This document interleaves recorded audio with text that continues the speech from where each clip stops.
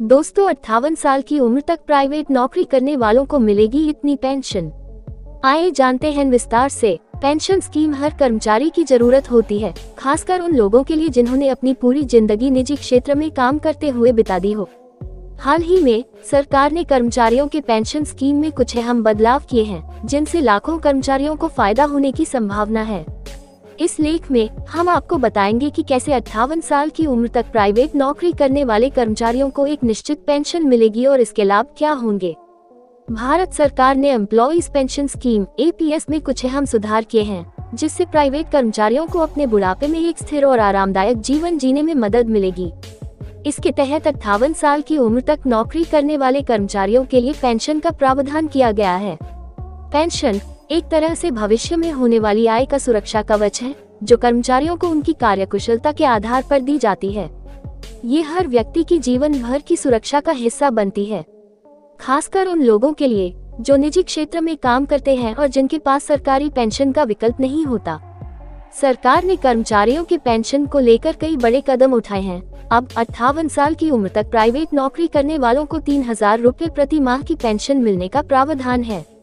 इससे पहले ये पेंशन राशि काफी कम थी, लेकिन अब इसे बढ़ा दिया गया है ताकि कर्मचारियों को बुढ़ापे में बेहतर जीवन मिल सके। कर्मचारियों को अब अपनी पेंशन योजना के लिए अधिक योगदान देने का अवसर मिलेगा। ये योगदान अधिक पेंशन की प्राप्ति में सहायक होगा और बुढ़ापे में आर्थिक सुरक्षा को सुनिश्चित करेगा। कर्मचारियों के योगदान के साथ साथ सरकार भी पेंशन योजना में एक हिस्सा योगदान करेगी। ये पहल कर्मचारियों को अधिक पेंशन प्राप्त करने में मदद करेगी। कर्मचारी की पेंशन का निर्धारण उसके योगदान की अवधि और उसकी अंतिम तनख्वाह के आधार पर होगा। यानी जितना अधिक कर्मचारी का योगदान और तनख्वाह होगा, उतनी अधिक पेंशन उसे मिलेगी। ये सवाल हर कर्मचारी के मन में आता है कि उसकी पेंशन राशि कितनी होगी।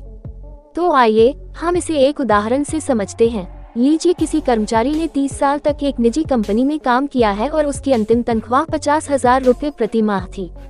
यदि उस कर्मचारी ने 10% का योगदान पेंशन योजना में किया है, तो उसकी पेंशन राशि 10,000 रुपए से अधिक हो सकती है। कर्मचारियों के पेंशन स्कीम से संबंधित सवाल। 1. क्या हर कर्मचारी को पेंशन मिलेगा? हाँ, यदि कर्मचारी ने न्यूनतम 10 साल की सेवा पूरी की है और पेंशन योजना का हिस्सा है, तो उसे पेंशन मिलेगा। 2. पेंशन का भुगतान कब से शुरू होगा? पेंशन का भुगतान कर्मचारी की 58 वर्ष की उम्र के बाद शुरू होगा। 3. क्या कर्मचारियों को सरकारी विभागों में भी पेंशन मिलेगा? सरकारी विभागों के कर्मचारियों को पहले से ही पेंशन मिलती है। ये योजना केवल निजी क्षेत्र के कर्मचारियों के लिए है। 4. क्या पेंशन राशि बढ़ाई जा सकती है?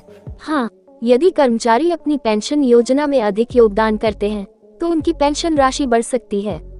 5. क्या ये योजना स्वैच्छिक है? नहीं, ये योजना अनिवार्य है और सभी कर्मचारियों को इसका हिस्सा बनना होगा। क्या है पेंशन योजना के फायदे, आइए जानते हैं। इस पेंशन योजना के तहत कर्मचारियों को कई तरह के लाभ मिल सकते हैं। आर्थिक सुरक्षा। बुढ़ापे में होने वाली आर्थिक समस्याओं से बचने के लिए यह पेंशन सुरक्षा प्रदान करेगी। न्यूनतम पेंशन कम से कम 3,000 रुपए प्रति माह की पेंशन कर्मचारियों को मिल सकेगी। सरकारी योगदान। सरकार भी पेंशन में योगदान करेगी, जिससे कर्मचारियों को अधिक पेंशन मिल सकेगी।